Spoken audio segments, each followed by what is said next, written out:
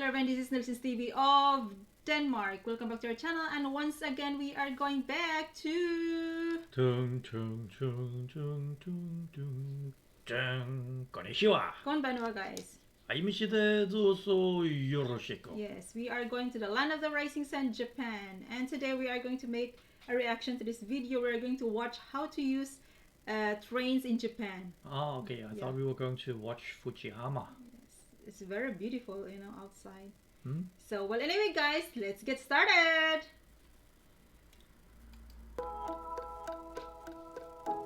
If you travel in Japan, it's highly likely that you'll end up using the country's extensive railway network. Known for being reliable, punctual, and convenient, train travel is an integral part of life in Japan.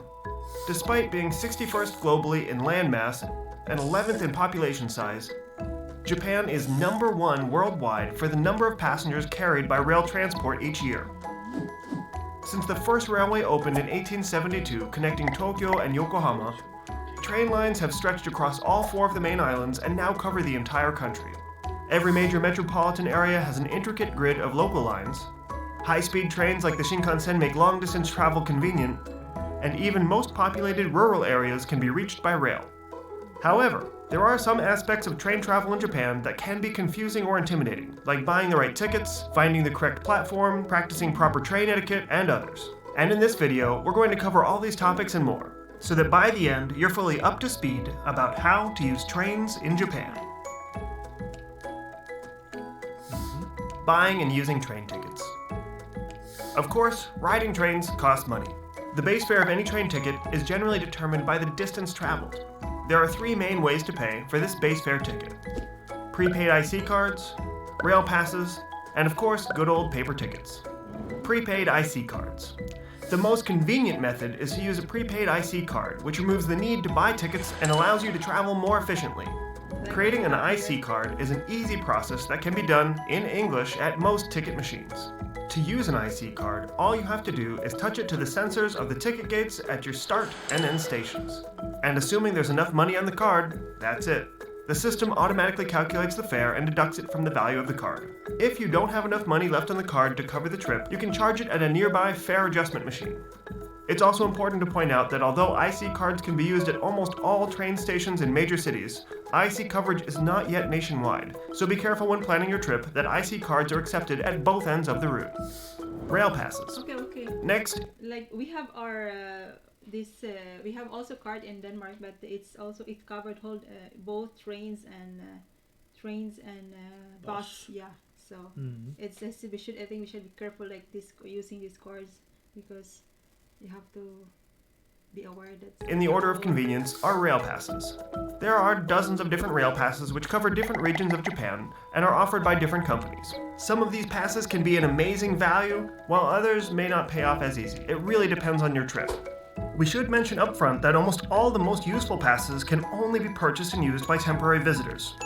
So, sorry residents, but this excludes you. The most popular of all the passes is called the Japan Rail Pass, which covers any train operated by the JR companies. Since roughly 70% of all trains nationwide and 100% of bullet trains are run by JR, the Japan Rail Pass can be an extremely valuable option for visitors traveling long distances on the Shinkansen. To use the pass, simply show it to a station. This is very interesting, you know, because... good for the tourists? Yeah, good for tourists, that there is a special... offer for the tourists. Master at the ticket gates, and you'll be let through to the platforms. Paper tickets. Lastly, you can always buy a paper ticket. To do this, find your destination on the map near the ticket machines, which will tell you how much the journey will cost. At the ticket machine, select the number of people, the correct fare amount, and insert at least this amount of money. The tickets along with any change will be dispensed. From here, insert the ticket into the gate, collect it when it appears on the other side, and proceed to the platforms. It's very important to keep the ticket for the duration of the ride. At your end stop, simply put the ticket into the gate and walk through. This time, it will not reappear. Yes, we can buy this one way. Usually, just, if you use the... I think there's still people... Yeah, bus. Yeah. You can buy... Not in train. Not in train, because you can already buy through app. There's an app you can buy a ticket. Your... fare train. Yes, and you can also use the automat, I guess, to get a paper version. Yeah. But it's not like you have to put it in anywhere. If you bought the wrong ticket or got off at the wrong stop, you can always use the nearby fare adjustment machine to correct the mistake. And that's it. Congratulations, now you know everything there is to know about buying and using train tickets in Japan. Happy travels! But wait, what about riding faster trains like the Shinkansen? Or making seat reservations? And what even is a green car anyway? Needless to say, there is an iceberg worth of train information beyond the tip we just covered. Although it's beyond the scope of this video to cover everything, here's just a bit more that may help you when buying tickets for faster trains. On top of the base fare ticket, whose price is calculated on distance, additional fees might be charged depending on a variety of factors. One of the most important being the train category of the train you intend to ride.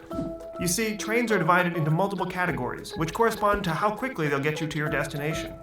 The slower categories are local trains, also called kakueki or futsu in Japanese, which stop at every station, rapid trains, or kaisoku, which skip some stations but are still fairly slow, and express trains, or kyuko, which skip additional stations. These three are fully covered by the base fare ticket we talked about earlier, and are the categories you'll commonly use when traveling shorter distances or staying within a city.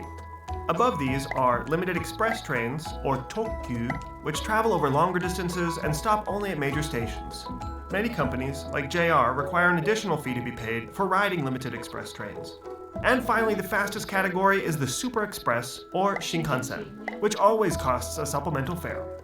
It's also worth noting that the Japan Rail Pass and many other passes cover the supplemental fares for many trains in these last two categories.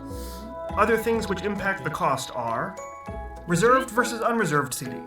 Available on most long-distance trains, reserved seats are slightly more expensive than unreserved ones, and seat reservations are typically made at the same time as purchasing tickets. Also, an additional fee is required if you'd like to ride in the green car, which is like the business class of train travel in Japan and available on most long-distance trains.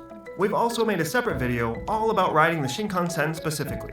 Now that we know how to buy and use tickets, let's go over the basics of actually riding the trains. Once through the ticket gate, you'll need to find the correct platform.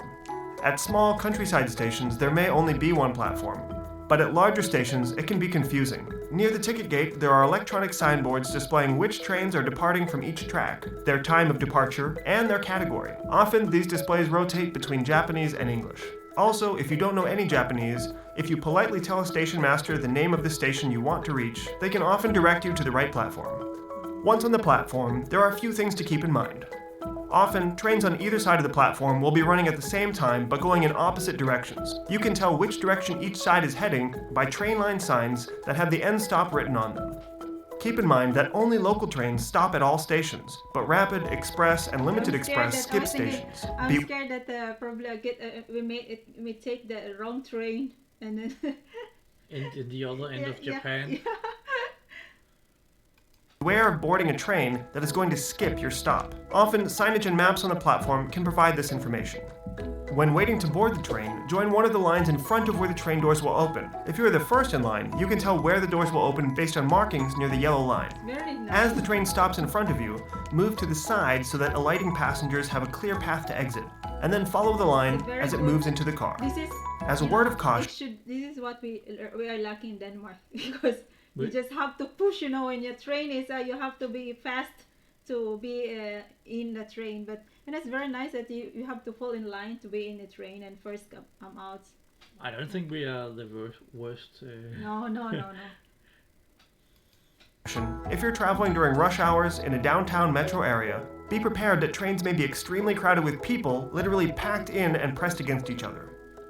Once on the train, it's important to know when you've arrived at your stop. In urban areas, announcements about upcoming stops are often made in Japanese and English, and there are usually electronic displays on the doors. Also, in most cars, you can usually find train line maps, and as you stop at each station, the station name signs will say which station is next in each direction. At your stop, leave the train and exit the station through the appropriate ticket gate. Lastly, here are 6 brief points of etiquette that would be useful to keep in mind and help you have a smooth journey when riding trains in Japan. Point 1. Often, popular train stations in Japan can be congested with large numbers of people. It's especially important to be aware and considerate of the people around you and also not to block passageways where people are trying to walk, either with yourself or with your luggage. Point 2. Especially when the train is crowded, if you're wearing a backpack, either put it up on the luggage storage area, carry it in front of you, or put it close to your feet on the floor where it won't bother others around you. Point 3. In train cars, talking on the phone is considered rude because it may disturb other passengers. Actually, Point 4. Okay. For similar reasons, if you're going to talk with those around you, it's polite to talk quietly. Point 5. Eating and drinking are commonly done on long-distance trains, but they are considered inappropriate on urban and suburban trains. Point 6. Priority seats are meant for passengers who need them. Of course, there's much more we could say about train travel in Japan, but for now, hopefully you feel confident buying and using tickets and riding the train. For more information or to watch another video, Okay, that was interesting.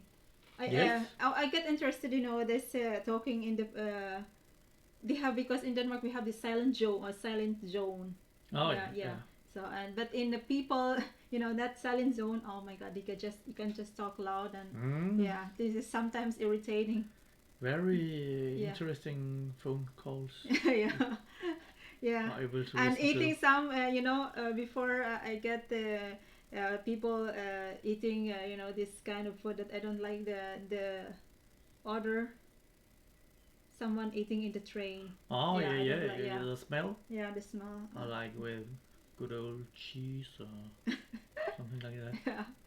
So, but it was very interesting that I also heard before that in Japan it's very rude to to talk phone loud. Okay. Yeah, I heard that, and it's Much also, I think it It's should be. difficult for you Filipinos over Yeah, there yeah. We talk. to adapt to. Yeah. So, well, anyway, that is a very interesting and very informative video, because though we're not, we don't know when we are going to Japan. One of the we don't know, but still we have an idea. We have an information. We can at least we can understand a bit. Mm-hmm. Yeah. So that's all for now, guys, and thank you for watching our reaction video. I hope you like the reaction video. You can always subscribe to our channel if you're new to our channel, and don't forget to give us a thumbs up. Bye bye. Sayonara.